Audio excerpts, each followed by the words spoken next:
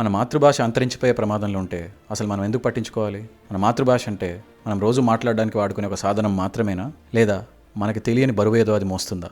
భాషని బతికించాలంటే ఎమోషన్ ఒక్కటే సరిపోదు, ఆ భాష మోస్తున్న బరువుని కూడా తెలుసుకోవాలి. మనలో ఉన్న జంతువు సర్వైవ్ అవ్వడానికి కావాల్సిన ఇన్ఫర్మేషన్ డిఎన్ఏలో ఉంటే, మనని మనిషి చేసే ఇన్ఫర్మేషన్ మాతృభాషలో ఉంటుంది.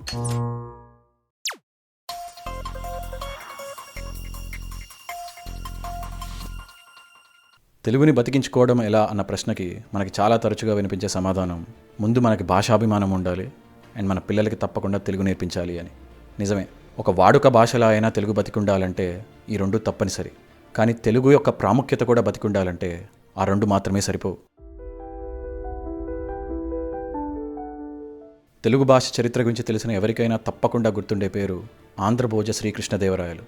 దానికి కారణం దేశ భాషలందు తెలుగు లెస్స అని ఆయన అనడమో, లేదా ఆయన రాసిన ఆముక్తమాల్యద తెలుగులో రాయడమో మాత్రమే కాదు. ఆయన రాజ్యంలో ఎవరికైనా తెలుగుని కేవలం వాళ్ళ ప్రవృత్తిలా మాత్రమే కాకుండా వాళ్ళ వృత్తిలా చేసుకున్నా కానీ వాళ్ళ కుటుంబానికి తిండి, నీడ, గుడ్డ ఇవన్నీ దొరుకుతాయన్న నమ్మకం కలిగించారు. ఆ నమ్మకంతో తెలుగుని తమ వృత్తిలా ఎంచుకుని కొన్ని కవితలు లేదా రచనలు చేసి 4 రాళ్ల వెనకేసుకున్న ఏ కవికైనా కావాలనిపించేది గౌరవం, గుర్తింపు. దానికి నిదర్శనంగా ఒకరికి కాదు, ఇద్దరికి కాదు, ఏకంగా 80 గొప్ప తెలుగు కవులకి తన ఆస్థానంలో చోటు కల్పించడమే కాకుండా వాళ్ళని అష్టదిగ్గజాలుగా గుర్తించి వాళ్ళ కీర్తి ప్రఖ్యాతులను ప్రపంచానికి తెలిసేలా చేశాడు. ఆయన గుర్తించకపోతే వీళ్ళు గొప్ప కవులు కారా అంటే తప్పకుండా గొప్ప కవులే. వాళ్ళ కవితలు చదివిన ఎవరికైనా ఇది అర్థమవుతుంది. కానీ ఇన్ని తరాలు దాటిన తర్వాత కూడా వాళ్ళ కవితలను మనం ఇంకా చదువుతున్నామంటే దానిలో సింహభాగం ఘనత ఆ కవితలకి, ఆ కవితలు రాసిన కవులకే దక్కిన మిగతా ఘనతలో కొంత భాగమైన అప్పట్లో కృష్ణదేవరాయలు ఆ కవితలకి, ఆ కవులకి అందించిన రాజపూజ్యానికి దక్కాలి. ఉదాహరణకి సిరివెన్నెల సీతారామ శాస్త్రి గారు ఎంత గొప్ప రచయితో మనందరికీ తెలుసు. కానీ కొన్ని తరాల తర్వాత కూడా మనలాంటి సాధారణ ప్రజలు ఆయన పాటలు వెతికి మరీ వినేలా చేయడంలో ఎంతో కొంత పాత్ర త్రివిక్రమ్ శ్రీనివాస్ గారిది కూడా ఉంటుంది. పాటని అర్థమయ్యేలానే రాయక్కర్లేదు, అర్థం చేసుకోవాలి అనే కోరికని పుట్టేలా కూడా రాయొచ్చు అని తెలుగు పాట స్థాయిని పెంచినటువంటి వ్యక్తి. అర్ధ శతాబ్దపు అజ్ఞానాన్నే స్వతంత్రం అందామా, ఆ ఒక్క మాటతో లేచి 2 జేబుల్లో చేతులు పెట్టుకుని నడుచుకుంటూ వెళ్ళిపోతున్నాను. నేను ఎక్కడికి వెళ్తాను కూడా నాకు తెలియదు. వచన కవిత్వానికి నోబుల్ స్థాయి వచన కవిత్వం రాయగలిగినటువంటి సీతారామ శాస్త్రి గారు మనందరి మధ్యలో అమాయకంగా వెనకాల చేతిలో కూర్చుని పోయాడు. కాబట్టి తెలుగు బతకడమే కాకుండా తెలుగు వర్ధిల్లాలి అంటే మాత్రం భాషాభిమానంతో పిల్లలకి తెలుగు నేర్పిస్తే సరిపోదు. తల్లిదండ్రులకి వాళ్ళ పిల్లలు తెలుగు నేర్చుకుంటే చాలు, తెలుగు తల్లే వాళ్ళకి అన్నం పెడుతుంది కానీ నమ్మకం కలగాలి. అండ్ దానికోసం ముందుగా తెలుగుకి తగినంత రాజపూజ్యం దక్కాలి. ఇప్పుడు మీరు అనుకోవచ్చు, కృష్ణదేవరాయలేదంటే చాలా సంపన్న రాజ్యం, మన పరిస్థితి అది కాదు కదా, మనం ఎట్లా చేయగలుగుతాం ఇదంతా అని. దీనికి నా దగ్గర 2 సమాధానాలు ఉన్నాయి. ఒకటి, ఆయన చేసినంత చేయక్కర్లేదు, అందులో 10వ వంతైనా మనం చేయలేమా? అండ్ 2, కృష్ణదేవరాయల కాలంలో లేనిది మన దగ్గర ఒకటి ఉంది, మోడర్న్ టెక్నాలజీ. భాషకి టెక్నాలజీకి ఏంటి సంబంధం అని మీరు అనుకుంటున్నారా? ఒక చిన్న ఉదాహరణ తీసుకుందాం.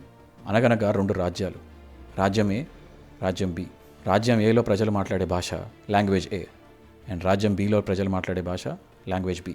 మొదట్లో ఈ 2 భాషలకి లిపి లేదు. కొన్నాళ్ళు గడిచిన తర్వాత రాజ్యం ఏలో ప్రజలు వాళ్ళ భాషకి ఒక లిపిని తయారు చేసుకుని ఆ లిపిని శిలాశాసనాల మీద, రాతి పలకల మీద రాయడం మొదలెట్టారు. దీనివల్ల కేవలం నోటి మాట ద్వారానే పాకుతున్న ఇన్ఫర్మేషన్ 10 రెట్లు వేగంగా అండ్ సమర్థవంతంగా పాకడం మొదలెట్టింది. దీనితో రాజ్యం బి మీద ఆధిక్యం సాధించామని రాజ్యం ఏ వాళ్ళు రిలాక్స్ అయిపోయారు. ఇలా కొన్నాళ్ళు గడిచిన తర్వాత రాజ్యం బి వాళ్ళు కూడా వాళ్ళ భాషకి లిపిని కనుక్కున్నారు. కానీ వీళ్ళు లిపిని కనుక్కున్న విషయం రాజ్యం ఏకి తెలిస్తే వాళ్ళు అప్రమత్తమైపోతారు. కాబట్టి వీళ్ళు లిపిని రాతి పలకల మీదో లేదా శిలాశాసనాల మీదో రాయలేదు. దానికి వేరే ఏదో ఉపాయం కనుక్కుందామని తాళపత్రాల మీద రాయడం మొదలెట్టారు. దీనివల్ల 2 ప్రయోజనాలు. తాళపత్రాల మీద రాయొచ్చు అన్న విషయం రాజ్యం ఏకి తెలియదు కాబట్టి రాజ్యం బి వాళ్ళు లిపిని కనుక్కున్నారు అన్న విషయం వాళ్ళకి తెలిసే అవకాశం తక్కువ. దీనికి తోడు రాజ్యం బికి సంబంధించిన కొంతమంది వేగులు అంటే స్పైస్ రాజ్యం ఏలో ఉన్నారు. రాజ్యం ఏకి సంబంధించిన కొన్ని రహస్యాలు ఈ తాళపత్రాల మీద రాసి ఎవరికంటా పడకుండా రాజ్యం బికి అందించారు. అండ్ ఈ సమాచారంతో రాజ్యం బి మీదకి దండెత్తి వెళ్ళింది, వాళ్ళ భూభాగాన్ని ఆక్రమించుకుంది. ఇప్పుడు చెప్పండి, ఏ భాషకి బతికే అవకాశం ఎక్కువ ఉంది? అండ్ మనిషి ఏదో తాళపత్రాల దగ్గరే ఆగిపోలేదు. తాళపత్రాల కంటే సులువుగా రాయడానికి పేపర్ కనిపెట్టాడు. చేతి రాత కంటే వేగంగా రాయడానికి టైప్ రైటర్ కనిపెట్టాడు. అసలు రాయాల్సిన అవసరమే లేకుండా కంప్యూటర్, ఆ తర్వాత ఇంటర్నెట్ కూడా కనిపెట్టాడు. మారుతున్న కాలంతో పెరుగుతున్న టెక్నాలజీకి భాష కూడా అడాప్ట్ అవ్వాలి. అలా అడాప్ట్ అయిన భాషలే ఇప్పటికీ బతికున్నాయి. అడాప్ట్ కాలేని భాషలు కాలక్రమేణా అంతరించిపోతాయి. మన దురదృష్టం ఏంటంటే తెలుగు ఒక్కటే కాదు, భారతీయ భాషలు ఏవీ కూడా ఈ ఇంటర్నెట్ శకానికి అడాప్ట్ అవ్వలేదు. ప్రపంచం మొత్తంలో అత్యధిక జనాభా మాట్లాడే భాషల జాబితాలో మొదటి 20లో 6 భారతీయ భాషలు ఉన్నాయి. కానీ ఇంటర్నెట్లో ఉండే 100% వెబ్సైట్లలో ఏ భాషకి ఎంత శాతం కంటెంట్ ఉందన్న జాబితాలో మొదటి 35లో కూడా ఏ భారతీయ భాషలు లేవు. దానిదే ఉంది, మన పిల్లలకి స్కూల్లో కదా తెలుగు నేర్పించేది, అండ్ ఇంట్లో తెలుగు నేర్పిస్తే కూడా సరిపోతుంది కదా మీరు అనుకుంటే మనల్ని మనం మోసం చేసుకున్నట్టే. మీరే చెప్పండి, మనలో ఎంతమంది స్కూల్లో ఉన్నప్పుడు తెలుగు మీద ఇష్టంతో తెలుగు నేర్చుకున్నాం, అండ్ ఎంతమంది మార్కుల కోసం తెలుగు చదివాం? నా ఉద్దేశంలో మనలో చాలామందికి స్కూల్ దాటి బయట ప్రపంచంలో అడుగుపెట్టిన తర్వాతనే భాషాభిమానం అనేది కలిగింది. అలా భాషాభిమానం కలిగిన తర్వాత తెలుగుని నేర్చుకుందాం లేదా వాడదామని ఇంటర్నెట్ ఆసరా తీసుకుంటే అక్కడ తెలుగు యొక్క ట్రాన్స్లేషన్ పరిస్థితి ఎలా ఉందో మీరే చూడండి. మనం ఫర్ ఎగ్జాంపుల్ లేదా యాజ్ అ శాంపుల్ లేదా ఉదాహరణ అని అనడానికి అప్పుడప్పుడు తెలుగులో వాడే పదం మచ్చుకి. ఆ పదానికి గూగుల్ ట్రాన్స్లేట్లో అసలు ట్రాన్స్లేషనే లేదు. మీరు ఈ మధ్య తెలుగు పాటలు వినుంటే అందులో మీకు నగుమోము అనే వర్డ్ తప్పకుండా వినిపించే ఉంటుంది. దాని అర్థం smiling face or happy face అని అర్థం.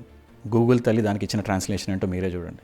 పదాల పరిస్థితి ఎలా ఉంటే తెలుగు సామెతలు నానుడుల పరిస్థితి ఏంటో మీరే ఆలోచించండి. మచ్చుకి మనం ఏం మాట్లాడుతున్నా బదులివ్వకుండా కామ్గా కూర్చునే వాడిని ఏంట్రా నిమ్మకి నీరెత్తినట్టు కూర్చున్నావు అని అంటాం. దానికి గూగుల్ తల్లి ఇచ్చిన ట్రాన్స్లేషన్ చూడండి. దీనిలాగానే కొన్ని వందలు వేల నానుడులు సామెతలు తెలుగులో ఎన్నో ఉంటాయి. వాటి పరిస్థితి ఏమైపోతుంది? అదంతా సరే, నా దగ్గర డబ్బులు ఉన్నాయి, నేను డబ్బులు ఇచ్చి టీచర్ని పెట్టి తెలుగు నేర్చుకుంటాను అనుకుంటున్నారా?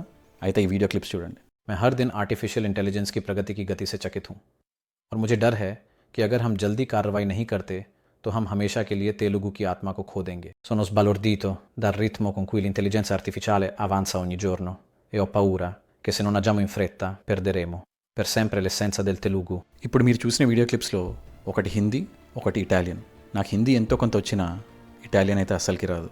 మరి నేను ఎట్లా మాట్లాడగలిగానంటే మార్కెట్లో దొరికిన ఒక ఏఐ యాప్కి నేను ఇంగ్లీష్లో మాట్లాడిన వీడియోని ఫీడ్ చేస్తే అది ఆటోమేటిక్గా దాన్ని హిందీకి అండ్ ఇటాలియన్కి ట్రాన్స్లేట్ చేయడమే కాకుండా నా లిప్ మూవ్మెంట్స్ని కూడా దానికి మ్యాచ్ అయ్యేలా చేసింది. I'm astounded by the pace at which artificial intelligence is advancing every day and I'm scared that if we don't act fast will lose the essence of Telugu forever ఎవర్. ఇది ఇప్పుడున్న ఏ టెక్నాలజీతో క్రియేట్ చేసిన ఒక యాప్లో ఫ్రీ ట్రయల్ వెర్షన్తో నేను చేయగలిగిన translation మాత్రమే.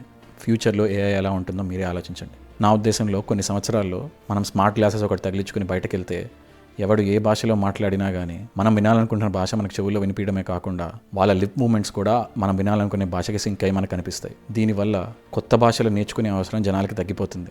భాష నేర్చుకునే అవసరం లేదు కాబట్టి భాష నేర్పే వాళ్ళ సంఖ్య కూడా పడిపోతుంది. కాబట్టి మీరు డబ్బులు ఇచ్చి టీచర్ని తెచ్చుకోవాలనుకున్నా కానీ మీరు పెట్టే డబ్బులకి టీచర్లు ఎవరు దొరికే అవకాశం లేదు. ఆ టైంలో మనం తెలుగు నేర్చుకోవాలనుకున్నా మనకు మిగిలేది ఈ ఏఐ రిలేటెడ్ యాప్సే. కానీ మనం ఇందాకే చూసాం ఇంటర్నెట్లో తెలుగు రిలేటెడ్ ట్రాన్స్లేషన్ పరిస్థితి ఎలా ఉందో. మనం ఇప్పుడే యాక్ట్ చేయకపోతే ఫ్యూచర్లో వచ్చే యాప్స్లో కూడా తెలుగు పరిస్థితి ఇలానే ఉంటుంది. అండ్ ముందు తరాలు ఆ యాప్స్ నుంచే తెలుగు నేర్చుకుంటారు కాబట్టి అదే అసలైన తెలుగుగా చలామణి అవుతుంది. అండ్ తెలుగు యొక్క దేహం మాత్రమే మిగిలి ఉండి ఆత్మ ఇప్పటికీ చచ్చిపోతుంది. అలా జరగకుండా ఉండాలి అంటే మనం ఇప్పటి నుంచే యాక్ట్ చేయాలి. సాధారణ పౌరులుగా మనం ఏం చేయగలుగుతామని మీరు అనుకుంటుంటే మీరు అర్థం చేసుకోవాల్సింది ఒకటి ఉంది, supply always meets the demand. కాబట్టి మార్కెట్లో లాంగ్వేజ్కి సంబంధించి ఇలాంటి ఏఐ యాప్స్ ఏమేమి ఉన్నాయో ఫస్ట్ రీసెర్చ్ చేసి వాటిని మన తెలుగు వాళ్ళు వాడడం మొదలెట్టాలి. అలా చేస్తే ఆ స్పేస్లో మనకు ఒక యూజర్ బేస్ అనేది క్రియేట్ అయ్యి మనకంటూ ఒక వాయిస్ ఏర్పడుతుంది. అలా ఏర్పడిన తర్వాత ఆ యాప్స్లో తెలుగు పరిస్థితి ఎలా ఉందో పరిశీలించి అది ఆశించినట్టు లేకపోతే ఆ క్రియేటర్స్కి వినపడేలా మనం సౌండ్ చేయాలి. అలా చేస్తేనే తెలుగుని ఇంప్రూవ్ చేయాలన్న డిమాండ్ వాళ్ళ దాకా రీచ్ అయ్యి ఆటోమేటిక్గా సప్లై కూడా క్రియేట్ అవుతుంది. సో అదండి విషయం. నా ఉద్దేశంలో తెలుగుని బతికించుకోవడానికి ఈ రెండు మాత్రం తప్పకుండా చేయాలి. మీ ఉద్దేశంలో మీరేమనుకుంటున్నారు? తప్పకుండా కామెంట్స్లో చెప్పండి. ఇలాంటి ఇంట్రెస్టింగ్ టాపిక్తో మళ్ళీ మీ ముందుకు వస్తాను. అంతవరకు సెలవు. నమస్కారం. జై హింద్.